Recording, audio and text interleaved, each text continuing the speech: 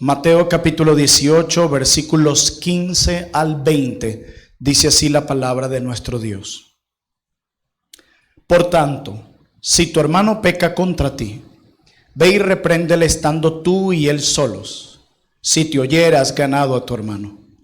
Mas si no te oyere, toma aún contigo a uno o dos, para que en boca de 2 o 3 testigos conste toda palabra. Si no los oyere a ellos, dilo a la iglesia. Y si no oyere a la iglesia, tenle por gentil y publicano. De cierto os digo, que todo lo que atéis en la tierra será atado en el cielo, y todo lo que desatéis en la tierra será desatado en el cielo. Otra vez os digo que si 2 de vosotros se pusieren de acuerdo en la tierra acerca de cualquier cosa que pidieren, les será hecho por mi Padre que está en los cielos. Verso 20, porque donde están 2 o 3 congregados en mi nombre, ahí estoy yo en medio de ellos. Entonces se le acercó Pedro y le dijo, Señor, ¿cuántas veces perdonaré a mi hermano que peque contra mí? ¿Hasta 7? Jesús le dijo, no te digo hasta 7, sino aún hasta 70 veces 7. Amén. El 6 de junio de 1944, sí, esa era la fecha, durante la Segunda Guerra Mundial, los aliados desembarcaron en las playas de Normandía, Francia. Esta operación fue conocida como el Día D, una planeación extensa bajo el mando del general Eisenhower. Esta operación culminó con la liberación de los territorios de Europa Occidental ocupados por la Alemania nazi. Entre los valientes soldados que participaron en esta invasión estaba el sargento Frederick Nieland. Frederick Nieland tenía 3 hermanos más allá en la guerra y trágicamente todos ellos murieron en combate. Esta situación de la vida real inspiró la película Rescatando al Soldado Ryan, dirigida por Steven Spielberg. En la película, ustedes recordarán, un comando de 8 hombres recibe una misión especial. No se trataba de tomar una posición estratégica. Esa misión especial no se trataba de destruir algún objetivo militar. No. Su misión era encontrar y traer de vuelta al único hermano sobreviviente de la familia, el soldado James Ryan. Estos 8 hombres, experimentados soldados, tienen la encomienda de arriesgar incluso sus vidas para salvar, ¿saben qué? A un solo hombre, James Ryan. A lo largo de su peligrosa misión, varios de estos valientes soldados pierden la vida intentando cumplir con su objetivo de rescatar al soldado James Ryan. Y la pregunta que surge naturalmente en nuestras mentes es, ¿qué hace que la vida de un hombre, James Ryan, sea tan valiosa, tan importante para justificar el sacrificio de otros? Esta poderosa narrativa nos lleva a reflexionar sobre el valor incalculable que Dios otorga a cada uno de sus hijos. Así como aquellos soldados fueron enviados a rescatar a uno solo, arriesgando sus propias vidas en el proceso, Dios nos llama a ser comando de rescate para aquellos hermanos y hermanas que se han alejado de la comunión con Él. En nuestro texto de Mateo capítulo 18, versículos 15 en adelante, Jesús nos enseña sobre la importancia de ir tras la oveja perdida, de hacer todo lo posible por recuperar a aquel que se ha descarriado. Nos muestra que cada individuo es infinitamente valioso a los ojos de nuestro Dios. Y quiero que estudiemos este texto teniendo en cuenta el siguiente argumento. Rescatemos con amor al hermano que peca, reconociendo su valor para Dios y perdonando abundantemente. Repito, rescatemos con amor al hermano que peca, reconociendo su valor para Dios y perdonando abundantemente. Y solo tengo 2 puntos para ustedes en esta mañana. De los versos 15 al 17, quiero que veamos los pasos para el rescate. ¿Qué pasos, qué proceso ha determinado nuestro buen Dios para rescatar a una de sus ovejas a través de sus ovejas? Y en segundo lugar, de los versículos 18 al 20, yo quiero que veamos la autoridad delegada para ese rescate. Así que sin más preámbulo, veamos el primer punto, los pasos que Cristo ha establecido para el rescate. El versículo 15 de nuestro texto dice: si tu hermano peca contra ti. Aquí identificamos en primer lugar el problema o la situación que se presenta. Si tu hermano peca contra ti, ve y repréndele estando tú y él solo. Si te oyere, has ganado a tu hermano. La primera acción a la que nos llama el texto es acercarse al hermano en privado. Y creo que este detalle nos muestra qué es lo que nos da derecho y al mismo tiempo qué es lo que nos otorga el deber de ejercer disciplina sobre la vida de un hermano. Y es precisamente lo que acabo de decir, ese vínculo que tenemos con él. No somos amigos, no es un extraño, no es un enemigo, es un hermano. Somos hijos del mismo Padre, como dice Pablo en Efesios 4. Tenemos el mismo bautismo, tenemos la misma fe y el mismo Espíritu mora dentro de nosotros. De acuerdo a Jesús, lo que nos da derecho y deber de ir a ti, rescatarte, amonestarte y ganarte para Cristo es el vínculo que tú y yo tenemos. Somos hermanos. Yo no sé si ustedes han escuchado alguna vez cuando usted quiso hacerle alguna observación a un amigo o vecino y aquella persona te dice: ¿y quién te crees tú? ¿Tú acaso eres algo mío para tú exigirme algo? ¿O para tú amonestarme eso? Eso yo se lo acepto a mi mamá, a mi papá, a un hermano, pero tú no eres nada mío. ¿Les ha pasado? ¿O lo han hecho? Pues aquí esta declaración nos da el derecho. Aquí dice: sí, yo tengo el derecho de amonestarte, de reprenderte, de llamarte al arrepentimiento, de decirte lo que está mal, por la sencilla razón de que yo soy tu hermano. Y tú eres mi hermano. Por lo tanto, sí tengo derecho de hacer lo que estoy haciendo. Entonces, lo primero que nos otorga ese derecho en el desarrollo de esta idea es el vínculo que Dios el Padre, por medio de Cristo y del Espíritu Santo, nos ha dado. Ese vínculo es lo que nos da el derecho y el deber de hacerlo. Así que esa idea de que no te metas en mi vida, déjenme solo, en otras palabras, tú lo que le estás reconociendo es que no eres mi hermano, y si no eres mi hermano es porque no eres hija de Dios, y si no eres hija de Dios, eres hija del diablo, y si eres hija del diablo, te espera el infierno. Pero si te consideras mi hermana, mi hermano, usted tiene que prestar atención a la amonestación que su otro hermano le está dando. Yo tengo 3 hermanas y hay una de ellas, probablemente ya ve este sermón, se llama Cindy, y yo con ella choco mucho. La amo mucho a mi hermana, pero chocamos mucho. Y creo que porque tenemos el mismo carácter. Y ella y yo en muchas ocasiones nos hemos tenido que corregir y que pedir perdón.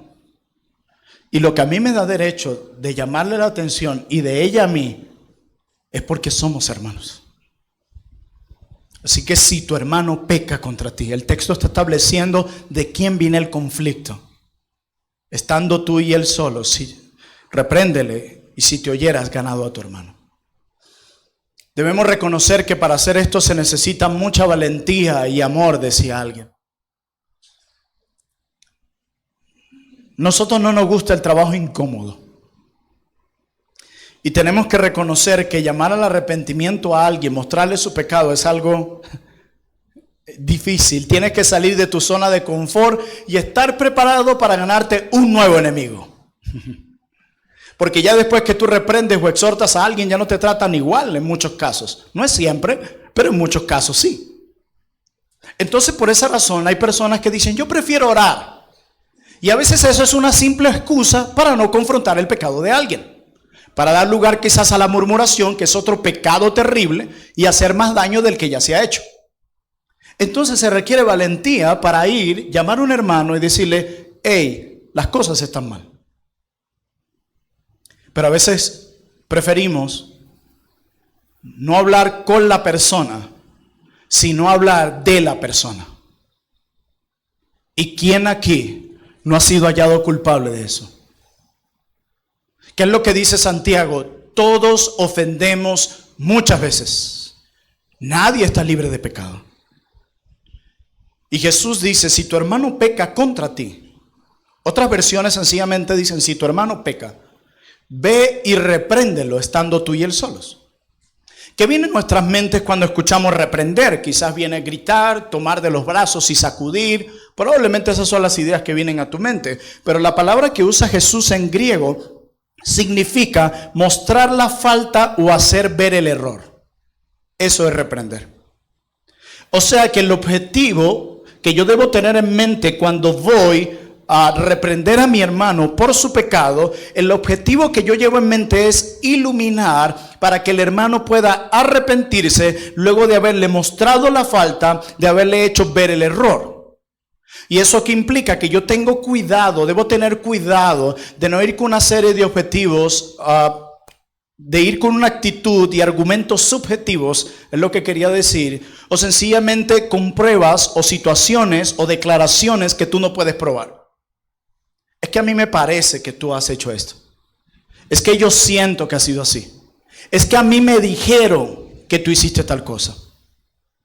Eso es la manera más errada de llevar a cabo un proceso de amonestación con un hermano. Si mi tarea es hacerle ver la falta, si mi tarea es hacerle ver el error, si es eso lo que significa reprender, entonces para yo hacer eso, previamente debo tener sobre la mesa todas las pruebas, compararlos a la luz de la Biblia para ver cuál es el pecado, y luego ahí sí estoy listo para ir con mi hermano. Pero si usted no ha hecho eso, no lo haga, porque quien va a terminar disciplinado va a ser usted. Por calumnia, murmuración, mentira, levantar falso testimonio y todo lo demás. Y aquí no cabe esa idea, bueno, lo importante es que yo lo diga. No, dice Jesús, no Plinio ni los reformados, por toda palabra que salga de vuestra boca, tú serás juzgado. Entonces, idea que lo importante es lo que yo diga, tengan cuidado con eso. Deberías pensar y analizar a lo largo de la Biblia si lo que tú dices es de acuerdo a la piedad. Si no, calladitos, ¿verdad? Entonces implica tener una serie de pruebas y de argumentos, no subjetivos sino objetivos, por medio de la cual tú puedas dar prueba de que se pecó, de que se cometió un error a la luz de la palabra de Dios, no a la luz de tu propia percepción. Y si eso ya lo tienes, vas ahora con valentía y amor a reprender al hermano, o sea, mostrarle la falta, hacerle ver el error. ¿Con qué propósito? Con el que el hermano pueda arrepentirse. Si el hermano escucha, es una victoria, porque la meta es restaurar la relación que mi hermano tiene con Dios y con la comunidad de gracia. Eso es lo que implica aquí restaurar. Restaurar es ganarlo. ¿Y qué es ganarlo? Que se arrepienta del mal que ha hecho. Pero ¿por qué queremos que se arrepienta? Para que sea reivindicada mi reputación. Para que yo diga, gané, como ayer. Ganamos, punto. No. Con el fin de que la relación que mi hermano tiene con Dios sea restaurada y la relación que él tiene con la comunidad de gracia también sea restaurada. Porque debemos ser honestos y poner cada cosa en su lugar. Cuando alguien peca, la primera relación que es afectada es la que él o ella tienen con Dios. Lo que tú me hiciste a mí es secundario. Mira, realmente fue así, lo hemos dicho muchas veces acá. Tu pecado realmente fue cometido contra Dios. Y tu hermano salió salpicado de tu desobediencia contra Dios. Y es por eso es que el pecado es tan grave y por la razón por la cual la iglesia se lo tiene que tomar con seriedad, porque se ha atentado contra Dios, su honor, su gloria, su palabra, su ley. Así que cuando yo voy con mi hermano, yo no voy simplemente para que me pida perdón y para yo estar tranquilo y en paz, sino porque yo quiero que la relación que él tiene, que ella tiene con Dios, sea restaurada, y la relación que él tiene con el pueblo de Dios también sea restaurada. Así que debemos abordar el pecado con amor y discreción. Noten la privacidad del primer paso, solo tú y él, buscando siempre la restauración del hermano. Pero Jesús establece otro siguiente paso en medio de los pasos del rescate, y está en el versículo 16. Dice, mas si no te oyere, ya vemos lo que implica no te oyere. No te oyere implica que a pesar de las pruebas que tú tienes, que son evidentes, son objetivas a la luz de la Biblia, él o ella dice, no, yo no soy culpable de eso. Y él o ella tampoco está obligado a aceptar de manera diplomática con un amén. Hay que valorar las pruebas. Si tu hermano, si no te oyere, toma un contigo a 1 o 2 testigos, para que en boca de 2 o 3 testigos conste toda palabra. ¿Por qué razón se requieren testigos? Alguien decía muy sabiamente, en primer lugar, para confirmar los hechos. Porque probablemente sencillamente sea una diferencia de criterio. O probablemente esos testigos digan, ya va, ¿y de dónde usted sacó esas pruebas? No, a mí me dijo fulano. Bueno, ¿y qué convocar a fulano? Fulano tiene que testificar y dar pruebas de ello. Porque pueden haber cosas infundadas aquí. El segundo propósito de los testigos es proporcionar objetividad. Cuando hay un conflicto de este tipo, se nubla la mente y solamente estamos interesados a ver quién gana. Necesitamos que alguien venga fuera de nosotros, una persona imparcial que brinde objetividad. Pero en tercer lugar, aumenta la seriedad del asunto. Porque no sé si notaron, ya en el segundo paso, si no te oyere, se comienza a perder la privacidad. Solo después del primer paso se llama testigos y se debe notificar a aquel que ha pecado que van a haber testigos. Esto no puede ser una sorpresa, sino sería como una especie de complot,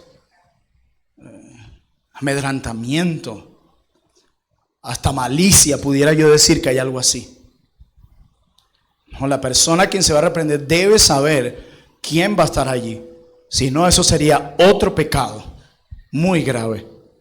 Y la última razón, decía alguien, por la cual se requieren los testigos, es para poder cumplir así la ley de Moisés. Hay muchos pasajes que yo puedo citar sobre este texto, paralelos a nuestro pasaje, pero yo voy a citar uno solo, que se encuentra en Deuteronomio 19:15. Yo se los leo. Dice así: no se tomarán en cuenta a un solo testigo contra ninguno en cualquier delito ni en cualquier pecado en relación con cualquier ofensa cometida. Solo por el testimonio de 2 o 3 testigos se mantendrá la acusación. Jesús toma una verdad de la ley del Antiguo Testamento y la trae a la iglesia en el Nuevo Testamento y le dice: un solo testigo no puede ser tomado en cuenta para castigar o confirmar que esta persona ha pecado. Con un solo testigo todavía el caso sigue abierto. Deben haber más de uno. Así lo estableció Jesús desde el Antiguo Testamento. Estos testigos pueden ayudar a determinar si realmente estamos ante un caso que amerita una reprensión o no. Miren, si alguien sigue haciendo aquello por lo que fue reprendido, demuestra un falso arrepentimiento, un corazón rebelde y lleno de orgullo y de maldad. Cuando a alguien se le dice lo que estás haciendo está mal, se le da la prueba de lo que está mal y vuelve y lo hace, y vuelve y lo hace, y vuelve y lo hace, tú tienes aquí una persona de un falso arrepentimiento y llena de maldad. Y Cristo dice, cuando eso pasa, hay un tercer paso más en el rescate y está en el verso 16. Ahora es llevar el asunto a la iglesia. Dice, si no los oyere, dilo a la iglesia. El propósito aquí es involucrar a toda la iglesia en el proceso de restauración, de ganarlo, llevarlo al arrepentimiento. Y al mismo tiempo se sigue perdiendo la privacidad, ¿lo notan? Y subraya la seriedad del pecado no arrepentido, pero también la responsabilidad que tiene la iglesia de involucrarse en cada proceso de disciplina. La iglesia no es simplemente una espectadora, tiene que involucrarse, estar preparada para ello. Dice, si no, dice aquí Jesús, y dice, como miembros de la iglesia, noté yo aquí, tenemos la responsabilidad de participar en este proceso con amor, sabiduría y discernimiento, buscando siempre la restauración del hermano, siempre su arrepentimiento, siempre tratar de ganarlo. Alguien decía que comúnmente se le llama este pasaje de Mateo 18, 15 al 20 el proceso de disciplina, pero realmente debería llamarse el proceso de amor y de valorar a aquel por quien Cristo murió. Pero dice Jesús, ¿y qué pasa si no escucha a la iglesia? Y cuando dice a la iglesia no se refiere a todos los que vienen el domingo, está refiriéndose a la membresía, a los hombres y mujeres que han creído en Cristo, que han dado testimonio y frutos de su salvación y han sido confirmados por otros creyentes. Dice el versículo 17 en su parte B, y si no hiere a la iglesia, tenle por gentil y publicano. Si el pecador sigue sin arrepentirse, se le trata como alguien fuera de la comunidad del pacto. Ese es el lenguaje aquí para gentil y publicano, alguien que ya no pertenece a la comunidad del pacto. Y esto es interesante y triste a la vez. Porque todos aquellos que están dentro de la comunidad del pacto, o sea, de la iglesia de Cristo, Cristo les ha regalado la presencia dentro de la iglesia como un lugar para ser edificados, santificados y protegidos. La iglesia es un lugar que protege, que cuida.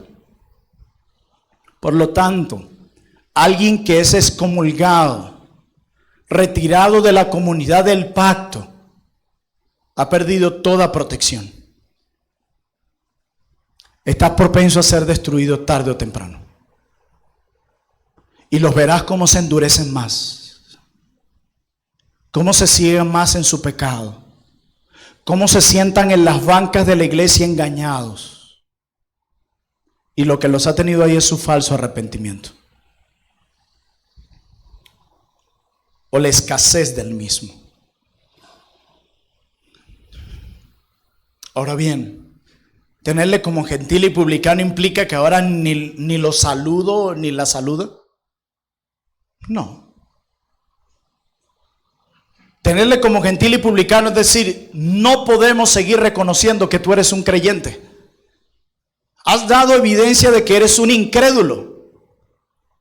Y aunque nosotros nos relacionamos con los incrédulos, este no es cualquier incrédulo. Este es uno que por tiempo profesó la fe cristiana, que conoció de Jesús, se le predicó sermones y a pesar de eso pisoteó todo lo que se le dio. No es cualquier incrédulo. El juicio será peor para él o para ella. Entonces mi relación con él o con ella debe ser netamente evangelístico. No para hablar de política y de deporte, sino para mostrarle con amor, su profunda necesidad de un Salvador, su profunda necesidad de arrepentimiento y de fe en Jesucristo.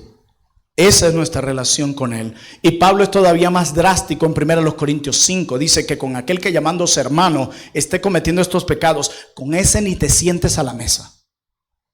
Eso lo dice la Biblia, no está en las confesiones históricas, eso lo dice la Biblia. Hermanos, la iglesia local, decía alguien, es como una embajada del reino que expide el pasaporte que nos acredita como ciudadanos.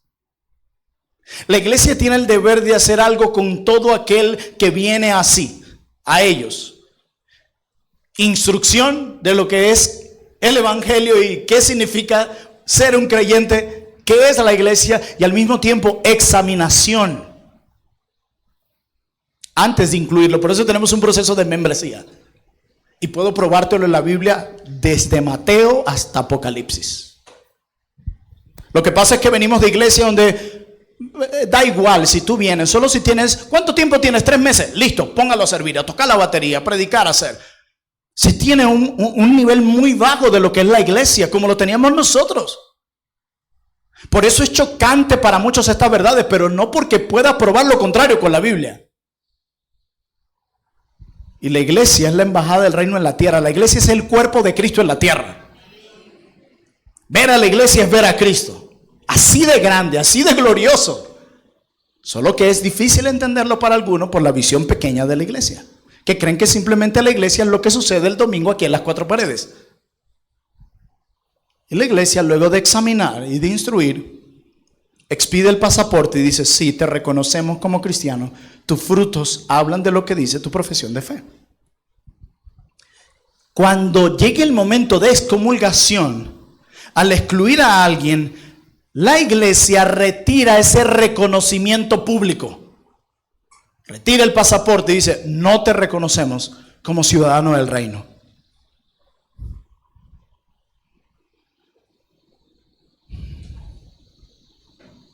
Si no llena la iglesia, tele por gentil y publicano. ¿Por qué? Yo creo, y una vez lo discutía con un hermano, es que parece que este proceso de 3 pasos ha sido diseñado por Dios para que un verdadero creyente reaccione en uno de los 3. Y si no reacciona en ninguno de los 3, es una prueba clara de que no es una oveja del Señor. Por eso cuando se llega al tercer punto se hace esta declaración tan radical, que por cierto fue Jesús quien lo dijo.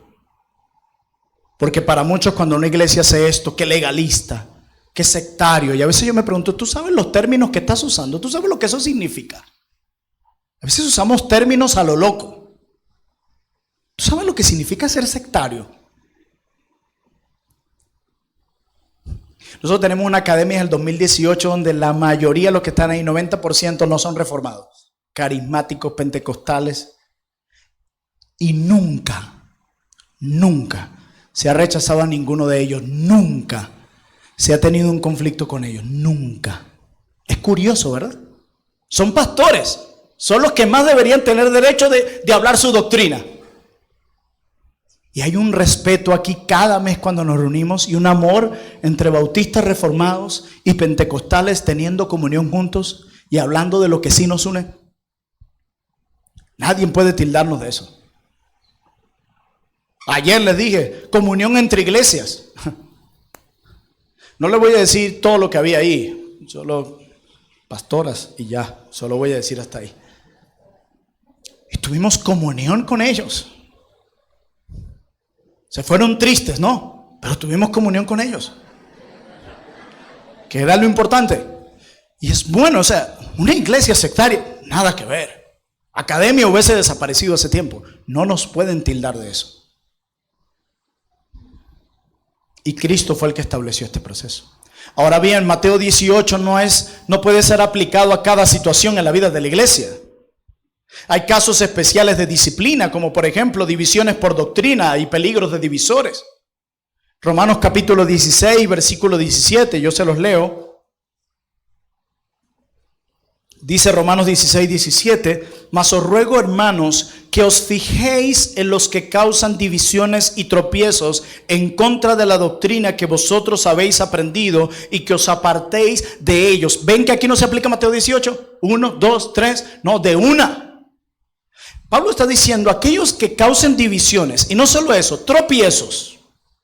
Y aquí está el punto, en contra de la doctrina que ustedes como iglesia local han aprendido, apártense de ellos. Aquel que esté causando divisiones o incluso tropiezos en las cosas, en la doctrina que esta iglesia cree, apártense de ellos. Uno hace esto hoy y dice: oh, qué fuertes son. No, eso lo dice la Biblia, no estoy citando un párrafo de nuestra confesión. Es la palabra de Dios. Hermanos, una división en la iglesia es una experiencia profundamente dolorosa. Si usted ha venido de una iglesia que ha sido dividida, usted sabe lo que es. Alguien decía que se puede comparar con el dolor que causa un divorcio, porque desgarra relaciones y deja cicatrices. Alguien decía que cuando se produce una división ocurre algo similar a cuando estalla una guerra. Hay un impacto desigual en cuanto al dolor. ¿A qué me refiero? Unas personas lloran y sufren por la pérdida de muchos y dicen: pero ¿por qué esta guerra? Pero hay otros que se sienten felices por la guerra. ¿Saben quiénes son los mercenarios? A ellos les produce gozo, excitación, alegría. Y alguien decía, así como hay mercenarios que ven la guerra como un modo de vida u oportunidad de beneficio, los divisores en la iglesia van a una división como el mercenario a la guerra con entusiasmo y excitación. Tú los puedes reprender y pueden estar felices como si nada pasó. Porque a ellos no les causa ningún dolor el daño que puede causar tal división. Son los únicos que están alegres, mientras otros se entristecen o se preocupan por la división. De hecho, Pablo le dice a Tito en Tito 3, versículos 9 al 10, le dice lo siguiente: pero evita las cuestiones necias, Timoteo, y genealogías y contenciones, evita las contenciones y discusiones acerca de la ley, porque son vanas y sin provecho. Al hombre que cause divisiones después de una y otra amonestación, deséchalo. ¿Ven que no se aplica Mateo 18? Solo 2 y fuera. A veces uno da más de 5 y todavía dicen que realmente no hay amor en nosotros. El mayor amor y de protección a la iglesia es esto. Nosotros estamos para proteger la iglesia local. No nos dejemos arrastrar, hermano, por el celo aparente de los divisores, sino que busquemos siempre edificar y fortalecer el cuerpo de Cristo. Pero eso en cuanto a ese caso. Pero ¿qué tal en los casos de acusaciones de un pastor? Pablo dice en 1 Timoteo 5:19, no admitas acusación contra un pastor o anciano a menos que haya 2 o 3 testigos. ¿Ven que se aplica diferente? Aquí no hay un paso en privado, otro aquí no. Si alguien viene a acusar, inmediatamente necesitas buscar a 2 o 3 testigos antes de aceptar esa acusación como cierta. Se requiere un estándar más alto para acusar a un pastor o anciano. Y esto yo creo que lo hace Pablo por el hecho de la posición que tiene un anciano o pastor. Hermanos, estar aquí parado es como una especie de imán a la crítica, la murmuración y la calumnia. Va a haber más posibilidades que a mí en un año me critiquen, murmuren y levanten más calumnia sobre mí que sobre ustedes. Y sobre mi familia, porque estás al frente. Estás a la vista de todos. Y como Pablo sabía que mucha gente iba a ser ligero en levantar acusación contra sus pastores, el proceso aquí va a ser distinto. Necesitan, apenas llega la acusación, tienen que haber 2 o 3 testigos. Quien haya actuado fuera de esto, ha actuado fuera de la Escritura. Quien haya recomendado algo fuera de esto, ha recomendado algo fuera de la Escritura. Se necesitan al menos 2 o 3 testigos creíbles, decía Tim Challies, para admitir una acusación. Lo que está diciendo Timoteo, no puedes admitir una acusación como verdad contra un anciano a menos que aparte de esa persona hayan 2 o 3 más que afirmen lo mismo. Y cuando eso pase, no es que de una vez vas a ejercer juicio, no, vas ahora sí a aceptar la acusación y analizarla. Sin embargo, cuando hay múltiples testigos que confirman los hechos a la luz de la Biblia, toda iglesia debe tomar la acusación en serio. Inmediatamente. Y dependiendo de la acusación, será la acción que debe tomar la iglesia. No olviden algo que decía un siervo de Dios del pasado: Satanás odia a tu pastor. Ustedes han visto esas películas donde el criminal llega al sótano y tiene una pizarra y están todos los blancos y siempre hay uno arriba. Bueno, ahí está mi carita bonita, ahí. Y Satanás, primero él y su familia. Si acabas con el pastor, dispersas a las ovejas. Si atacas el liderazgo, quiebras la iglesia. Por eso es que Pablo es tan delicado con respecto a las acusaciones que se hacen contra un ministro. A lo cual Calvino adopta una postura razonable cuando dice esto: tan pronto como se formula una acusación contra los ministros de la palabra, se cree tan segura y firmemente como si ya hubiera sido probada, aunque no haya sido probada todavía, por la posición que tiene. No, pastor Plinio, eso es más duro. No es que siempre anda gritando. Bueno, pregúntale a mi esposa si soy así duro o tiernito. Y todo el mundo dice, sí, yo creo que sí es duro. Sí. Y ya inmediatamente, sin haber sido probada, ya se creyó. Teniendo una sola versión, ya tú descalificas, acribillas y aplastas a alguien sin darle la oportunidad ni siquiera de defenderse. Y sigue diciendo Calvino, esto sucede no solo porque se requiere un estándar más alto de integridad para con los ancianos, sino porque Satanás hace que la mayoría de la gente, de hecho casi todos, sean demasiado crédulos para que sin una investigación condenen con entusiasmo a sus pastores cuyo buen nombre deberían defender. Nos contaba en una ocasión Brian Croft que él llegó a una iglesia. A él lo intentaron sacar de unas 2, 3 iglesias, creo que era así, algo así. Y él, en una ocasión, el hombre a quien él le invirtió más tiempo, energía, amor, entrenamiento, un domingo llega a la iglesia y ese joven con 4 más se pararon al frente y dijeron, no te vamos a dejar pasar. Hoy tú no vas a ser más el pastor de aquí, fuera de aquí. Afortunadamente Dios se glorificó y pudo avanzar. Cuando yo escuchaba eso, un hombre como Brian Croft, de 3 iglesias lo sacaron, y decía, Dios mío, qué bien me ha ido. Pero esto le sucede hasta a los buenos siervos del Señor. Así que en Mateo 18 no es aplicado a todos los casos. Dependiendo el caso, la Biblia da directrices diferentes. Y solo he citado 2 eventos, doctrina y un pastor, pero hay más casos. En 1 Corintios capítulo 5, el caso fue tan fuerte, tan escandaloso, que de una vez Pablo dijo, saquen a ese perverso de entre ustedes, de una vez. ¿Se dan cuenta? Dios diseñó este proceso para rescatar a su oveja perdida. El Dios que nos rescató usa a sus ovejas rescatadas para rescatar a una oveja desviada. Y si esa persona no reacciona ni viene el arrepentimiento, solo confirma que nunca fue del rebaño del Señor. Así lo dice la palabra de Dios. Ahora veamos en último lugar, para cerrar, la autoridad delegada para el rescate. ¿De dónde sacamos eso? ¿Cómo se atreve la iglesia a hacer esto? ¿Quién se creen ustedes? Preguntémoselo a Jesús, versículo 18. De cierto os digo que todo lo que atéis en la tierra será atado en el cielo, y todo lo que desatéis en la tierra será desatado en el cielo. Texto que han usado impresionantemente para torcerlo.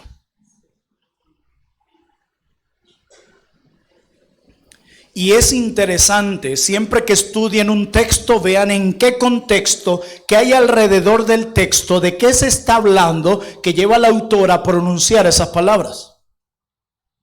Y estas palabras están en el contexto de la disciplina o el rescate de amor de un hermano. En ese contexto se dijeron. La palabra atar y desatar eran términos rabínicos con significado específico. Atar significaba prohibir o declarar algo como no permitido. Y desatar significaba permitir o declarar algo como aceptable. En el contexto de la disciplina de la iglesia, que es cuando Cristo lo dice, esto se refiere a lo siguiente, decía alguien: la autoridad para declarar lo que es pecaminoso y lo que no es pecaminoso, basándose en la escritura, le corresponde a la iglesia. De acuerdo a Mateo 16, Cristo le ha dado las llaves del reino a la iglesia para confirmar la profesión de fe de aquellos que se dicen ser cristianos, para confirmar esa profesión de fe de manera pública a través del bautismo y para excomulgar a aquellos que no están andando como cristianos y para elegir a sus pastores y diáconos. La autoridad de la iglesia ha sido dada por Dios para esto que acabo de mencionar. Para declarar lo que es pecaminoso. La iglesia dice, a la luz de la Biblia, dice, esto no es correcto, o esto sí es aceptable, a la luz de la Biblia, que es la máxima autoridad. Y para muchos esto choca, porque vivimos en una generación alérgica a la autoridad. Los padres hoy en día se sujetan menos, los hijos se sujetan menos a sus padres. No nos importa cruzar la calle mientras está el semáforo en verde y hacer un montón de cosas. A veces dice un lugar, pase por aquí y nosotros por allá. Que esperen en la fila, pero yo quiero pasar. Está en nosotros en pasar por alto las reglas una y otra vez. Y también vivimos en una generación alérgica a la disciplina. Hoy en día tú no puedes ni siquiera reprender a tus hijos. Yo no estoy hablando de maltratarlos ni dañarlos, sino de disciplinar a tus hijos apropiadamente, porque puedes ir a prisión. Y no podemos ignorar la cultura en la que nos ha tocado vivir y que la iglesia de alguna forma u otra vez es salpicada por la cultura. Por eso alguien decía, pastor, analiza, piensa, en medio de qué cultura se encuentra tu iglesia, para saber por qué tus miembros piensan como piensan. Están en una cultura politeísta, lo vas a ver. Una cultura donde impera el animismo, el socialismo y todo lo que termina en ismo, y de alguna forma van a tener salpicaduras en su forma de pensar o actuar. Hay mucho de la cultura. Y nuestra cultura es alérgica a la autoridad y a la disciplina. Por eso hablar de estas cosas es chocante para muchos. Pero para Cristo y para Dios la disciplina es la mayor manifestación de amor. Cuando ves a alguien consumiéndote en el fuego y lo arrebatas de allí. Cuando ves a alguien yendo a un voladero y lo rescatas de allí. Aunque para muchos sea chocante, aunque muchos lo interpreten como odio, siempre será una muestra de amor. Y créeme, siempre va a doler. ¿A quién le gusta que lo reprendan y que le diga, has hecho las cosas mal? Por lo tanto, alguien que se resiste a disciplinar y a no decir la verdad a su hermano y tratar de ganarlo es una persona hipócrita y carente de amor hacia ese hermano. Cuando la iglesia actúa en unidad y de acuerdo con la Escritura, sus decisiones son ratificadas en el cielo. Lo que atéis en la tierra será atado en el cielo. ¿Se acuerdan? Lo que tú declares como bueno o lo que prohíbas y declares como malo de acuerdo a la Escritura, cuentas con el sello del Señor. En pocas palabras, mis amados, Dios se complace cuando la iglesia ejerce disciplina correctamente. Dios es honrado cuando se excomulga a un pecador no arrepentido. Dios recibe gloria cuando un divisor es expulsado. Por más que haya rechazo, molestia o caras cuadradas, Dios se complace. Contamos con la sonrisa de Dios, con su agrado, y eso es realmente lo que a ti y a mí nos debe importar. La opinión que tiene Dios de nosotros, no la que tienen los hombres de nosotros. Dice el versículo 19. En esa misma autoridad delegada es importante la unidad y la oración. Otra vez os digo que si dos de vosotros se pusieren de acuerdo en la tierra acerca de cualquier cosa que pidieren, les será hecho por mi Padre que está en los cielos. Muchos utilizan este texto para animar una iglesia cuando 2 o 3 van al culto de oración. Recuerden lo que el Señor dijo, cuando 2 o 3 están aquí, Él está ahí. Sí, Él está ahí, pero este pasaje está en el contexto de la disciplina. Jesús no ha terminado de hablar. Lo que Jesús aquí enfatiza es la unidad de la iglesia en oración. Especialmente en asuntos de disciplina necesitamos buscar la dirección de Dios. No todos los casos son igualmente claros. Y dice el versículo 20. Ahora habla qué es lo que sucede en medio de esa reunión. Porque donde están, dice el verso 20, 2 o 3 congregados en mi nombre, allí estoy yo en medio de ellos. Me encanta eso. Esta promesa se refiere específicamente a la presencia de Cristo cuando la iglesia se reúne para tomar decisiones en su nombre y específicamente en casos de disciplina. Lo que está diciendo es que cuando su iglesia toma decisiones en casos como esto, apelando a la palabra de Dios, Cristo respalda a su iglesia en la decisión que ésta toma. Aunque cuente con el rechazo de los hombres, cuenta con el respaldo de Cristo nuestro Salvador. Precioso es esto. No debería haber temor, amados hermanos, cuando nos toque llevar a cabo un proceso como este. Porque Cristo está ahí respaldando a su iglesia. fortaleciendo a su iglesia. Él la respalda. Y no debe haber temor alguno en medio de esos momentos. ¿Por qué razón la iglesia debe rescatar a través de este proceso un hermano? Porque Dios le ha dado la autoridad para hacerlo. Cristo le ha dado las llaves del reino a su iglesia. Y la iglesia debe hacerlo con limpia conciencia y a través de las Sagradas Escrituras. Para terminar, me gustaría añadir algo. Este texto siempre se ha predicado simplemente para describir un proceso de rescatar a alguien. Pero cuando se predica, perdemos a veces de vista el contexto, lo que está alrededor de este pasaje, de este proceso. Y es que de manera cercana, en primer lugar, nuestra iglesia está en medio de dos parábolas. Una de ellas la acaba de exponer nuestro hermano Fernando, la parábola de la oveja perdida. Y la otra parábola que está al final es la parábola de los dos deudores, como una especie de sándwich aquí. ¿Y por qué? En primer lugar, ¿qué muestra la parábola de la oveja perdida? Muestra el gozo del pastor al rescatar lo extraviado, reflejando así la voluntad del Padre, porque luego que el pastor rescata a la oveja se producen dos cosas. Uno, hay gozo, y dos, hay una declaración. Esta es la voluntad del Padre, que no se pierda ninguno de sus hijos. Y Cristo cumple siempre esa promesa. Él no va a permitir que ninguna de sus ovejas se pierda, así tenga que matarla. Ey, pastor, ¿qué le pasa? Se emocionó demasiado por el bautismo. Usted va a la carta a los Corintios y dice que Cristo, que Dios, a varios que tomaban la cena indignamente, sin arrepentimiento, los enfermó y a otros los mató. ¿Para qué? Para que no fueran condenados con el mundo. Dios va a hacer todo lo necesario para que tú no seas condenado con el mundo. Así eso implica hacer que tu corazón se detenga y que dejes de respirar, para que llegues sano y salvo a la patria celestial. Uy, ¿qué Dios es este? Que estaría dispuesto a ser un padre por un hijo, sin perder de vista que la muerte nos regala algo muchísimo mejor. Eso quiere decir que ningún hijo de Dios va a ir al ataúd sin ningún pecado.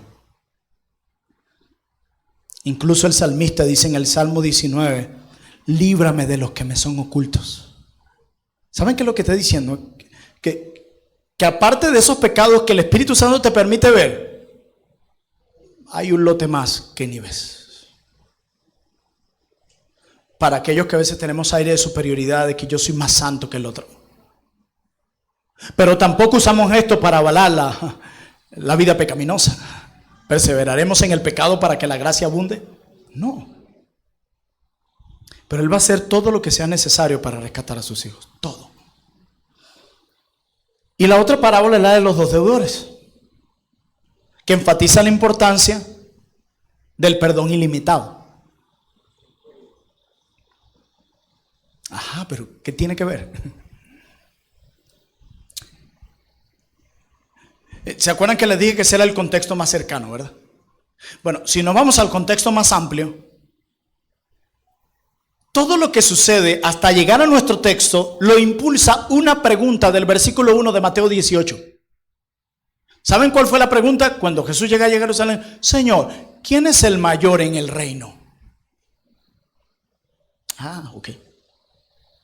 Y Jesús utiliza el ejemplo que conocemos de los niños, pero no termina ahí. Esa pregunta de quién es el mayor se responde hasta el final del capítulo 18 de Mateo. Y después Jesús, después de eso, añade una idea de que aquel que cae se tropiezo a sus más pequeños, dice, mejor que se amarre una piedra de molino en el cuello y se lance. Y luego después de eso, habla de la parábola de la oveja perdida. De un pastor que deja 99 y rescata a uno, y luego de un proceso para rescatar ese uno, y luego de un perdón ilimitado hacia ese uno. ¿Qué tiene que ver todo esto con quién es el mayor en el reino? Lo que Jesús está diciendo, que el mayor en el reino tiene que hacerse pequeño ante todos. Servir y humillarse ante todos. ¿Y qué implica eso? Implica evitar tropiezos, rescatar al perdido y perdonar al ofensor. Por lo tanto, ¿quién es el mayor en el reino? El que se hace pequeño. Pues si te haces pequeño de esta forma, terminas convirtiéndote al mismo tiempo que es el mayor. Pero no solo eso, hay un contexto más amplio todavía. Si ustedes van a Mateo 16, hasta el final de Mateo, hasta el 20 y adelante, ¿qué tenemos? Jesús llegando a Jerusalén justamente para entregar su vida en rescate por muchos. ¿Qué tiene que ver todo esto? Que aquí está la respuesta a la pregunta de la ilustración del inicio. ¿Qué hace que alguien sea tan valioso que amerita que gente se sacrifique y dé la vida por ese alguien para rescatarlo? ¿Qué hace que la vida de alguien sea tan valioso para llevar este proceso de Mateo 18 paso a paso, para rescatar a alguien de su pecado? ¿Qué es lo que lo hace tan valioso? Pues lo que lo hace tan valioso es la muerte de Cristo, la vida y la sangre que Él entregó por ese ser humano que fue redimido y salvado por gracia. Es eso lo que le da valor a alguien. Lo que nos da valor a ti y a mí, si eres salvo, es la gracia y la muerte de Cristo a nuestro favor. Por amor Él entregó su vida, por amor. ¿Lo entiendes eso? Por amor, para darnos valor y un lugar en el reino. Para eso, valor. Por eso es que vale la pena entregarlo todo, dejar las 99 ovejas para ir por una, porque esa oveja tiene valor, porque Él derramó en amor su propia vida por esa oveja. Ahora podemos entender todo lo que Él ha dicho en Mateo 18. Cómo alguien puede hacer tropezar a alguien por quien Cristo derramó su vida. ¿Cómo se te ocurre causar tropiezos y hacer tropezar a alguien por quien el Hijo de Dios entregó su vida? Ahora puedes entender lo que Cristo sigue diciendo. ¿Cómo puede ser que te vas a resistir a ir a buscar a una oveja por quien Cristo derramó su vida? ¿Cómo puede ser que te resistas a perdonar a esa persona por quien Cristo derramó su vida y por ti también derramó su vida? ¿Cómo puedes resistirte a perdonar? Entonces, ¿quién es el mayor en el reino? ¿Quién hace todo esto? ¿Quién demuestra que no es parte del reino el que se resiste a hacer todo eso? Por lo tanto, estas parábolas tienen un enfoque, y el texto de hoy un enfoque diferente al que hemos escuchado. La parábola de la oveja perdida no está enfocada en la oveja que se perdió, sino en el pastor que toma la iniciativa y la busca.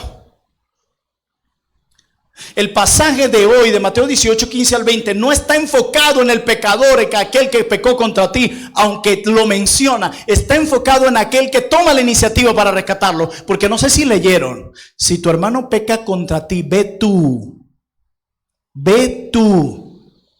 Así como el pastor fue a rescatar a la perdida. Ustedes han escuchado eso, Él fue el que me hizo algo a mí, que venga Él.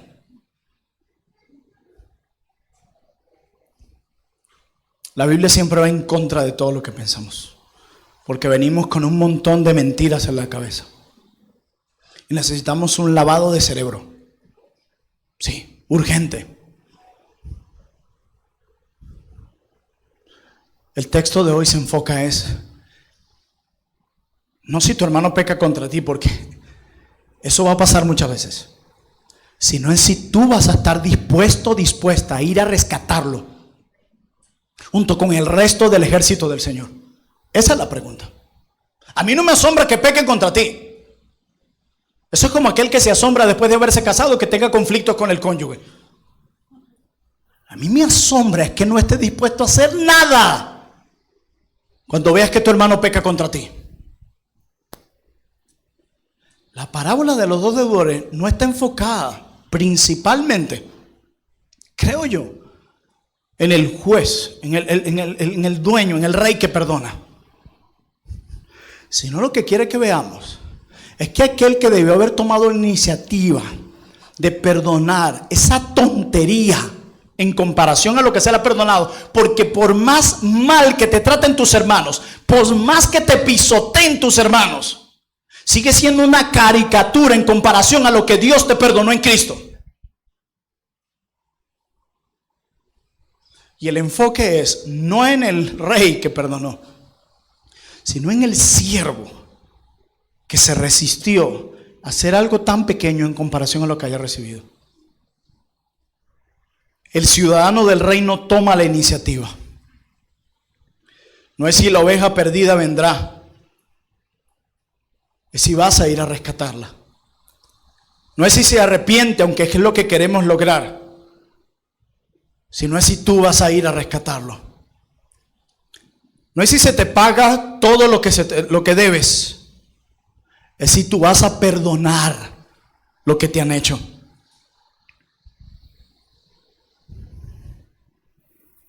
Si tú vas a tomar la iniciativa.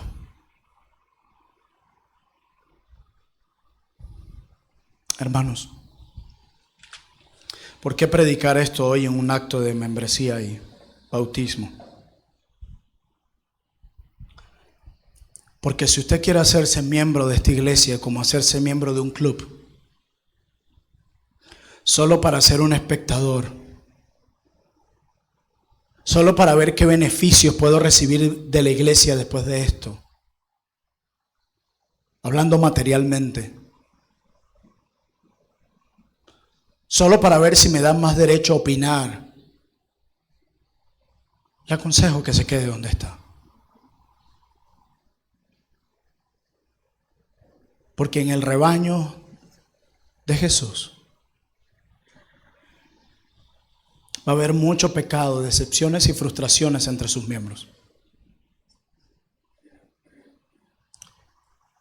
Y en el reino de los cielos serán considerados mayores los que le dan un valor alto a sus hermanos. Un valor que no viene de su empatía o de sus dones, sino un valor que viene por el precio tan alto que se pagó por ellos. Y por lo tanto, decidir tomar la iniciativa una y otra vez para buscar a su hermano y perdonarlos una y otra vez por la falta de su hermano. Yo estoy seguro que muchos hoy harían la misma pregunta de Pedro. Jesús le dice: si tu hermano peca contra ti, ve y gánalo. Ok, ¿y cuántas veces he de perdonar al que peca contra mí? De manera ilimitada. ¿Por qué? Ya te voy a contar una parábola. Porque a ti se te perdonó mucho y se te perdona de forma ilimitada. Y en comparación a lo que tú tienes que perdonar, es nada en comparación a lo que yo te perdoné. Pero no solo eso, sino que el resistirte a perdonar demuestra que tú mismo no has recibido el perdón de Dios en Cristo.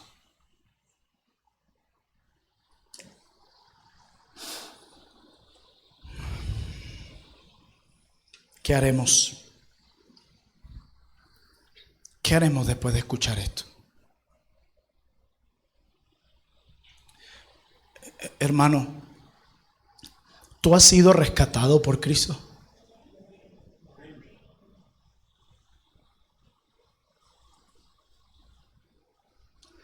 A ti lo que se te ha mandado a hacer es lo mismo de lo que tú has gozado. Nuestra tarea, la misión rescate de Trono de Gracia, es rescatar a aquellos que Cristo ya rescató. Y lo hacemos porque nosotros mismos hemos sido rescatados por Él. Él pagó la deuda. Él nos perdonó. Él pagó el precio del rescate.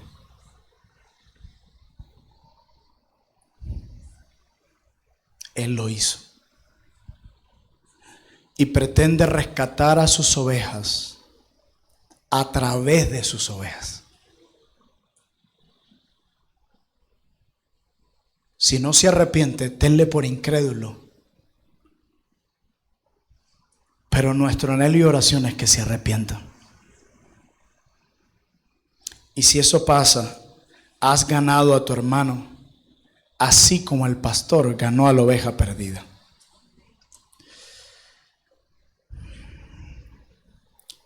Necesitamos rescatar a nuestros hermanos. Porque los que han sido rescatados son valiosos para Dios. Aunque no todos, porque algunos demostrarán que nunca fueron parte del rebaño. Amados, ¿quieren ser el mayor en el reino? No causen tropiezo a los demás en medio del rebaño. ¿Quieren ser los mayores en el reino? Estimen a sus hermanos como superiores a ti. ¿Quieres ser mayor en el reino? Humíllate, toma la iniciativa y ve a rescatar incluso a aquel que te hirió. ¿Quieres ser mayor en el reino? Perdona todas las veces que haya que perdonar. Y aquellos que están aquí sin Cristo,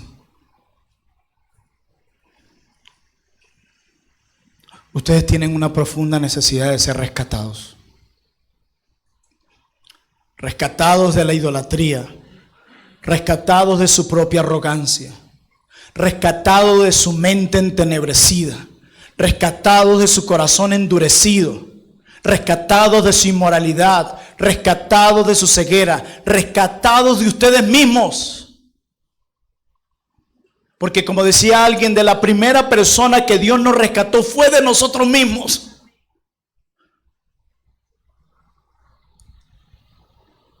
Te animo a venir a Jesús en arrepentimiento y fe,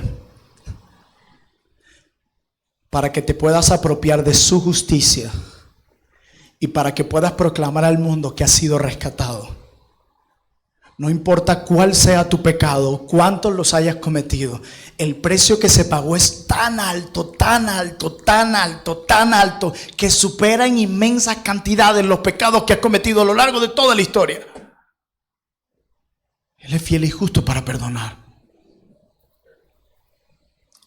Pídele que te rescate. Padres, pidan por sus hijos para que Dios los rescate. Pidan por sus amigos cercanos para que Dios los rescate. Y dale toda la gloria a Dios por haberte rescatado. Así que toma tú la iniciativa para ir a rescatar a quienes Cristo ya había rescatado. Oremos. Gracias, Padre. Gracias, Señor. Gracias por tantas bondades, por tanta misericordia sobre nosotros y a nosotros. Gracias por tu inmensa bondad, Señor, que ha sido derramada para nosotros de forma inagotable en Cristo. Gracias. Queremos ser los mayores en el reino. ¿Por qué alguien que es parte del reino haría tropezar a sus hermanos? Y esto no se trata de que cualquiera venga y me diga, esto es de tropiezo, esto es de tropiezo. Es lo que la Biblia así indica. ¿Quién se atrevería a menospreciar a alguien por quien tú has dado tu vida? ¿Quién se resistiría a rescatar a alguien a quien tú le has dado valor por medio de tu muerte? ¿Quién se resistiría a perdonar cuando asimismo ha sido perdonado un montón de veces. Solo alguien que no ha nacido de nuevo. No alguien que está batallando con esto, sino alguien quien ciegamente y endurecido se ha negado a esto. Oh Padre, ¿cuántos de los que están aquí habrá necesidad de rescatar? ¿Cuántos se han desviado una y otra vez de la iglesia y están jugando a ser cristianos? ¿Cuántos se resisten a la amonestación? La condenación en el infierno será peor para ellos. Porque tu palabra nos enseña que el castigo en el infierno será de acuerdo a las oportunidades y al conocimiento que tengamos. Así que aquel o aquella que se le ha dado muchas oportunidades de arrepentirse, de corregir el mal de su corazón y ha tenido vasto conocimiento al exponerse a una multitud de sermones y aún en eso se resiste de vivir en obediencia a ti, tu palabra enseña que el castigo para él o para ella será peor por la eternidad. Pero no queremos eso, Señor. Queremos que concedas hoy arrepentimiento a los corazones endurecidos. Hoy que restaures las relaciones quebradas. Te pido hoy que traigas al arrepentimiento a aquellos que los necesitan. Te pido que hoy tú salves a aquellos que requieren un rescate. Te ruego que hoy muchos puedan reconocer su necesidad de ti y su bancarrota espiritual. Y te suplico que hoy nos hagas más conscientes de lo que se espera de un miembro de una iglesia, de un ciudadano del reino. Ayúdanos. Por favor, ayúdanos. Solos no podemos. Esto es muy difícil, Señor. Esto es duro. A veces muy agotador. Ayúdanos. Por favor, ayúdanos. Protege este rebaño. Que ninguno de tus hijos aquí se pierda. Ayúdanos. Y si alguien se está desviando, por favor, inquiétanos a hacer algo. Porque en tu reino, los que han sido parte de tu reino por tu muerte y resurrección, toman la iniciativa de la misma forma como el buen pastor ha tomado la iniciativa. Ayúdanos, Señor. En el nombre de nuestro bendito Jesús, quien pagó por nuestro rescate. Amén.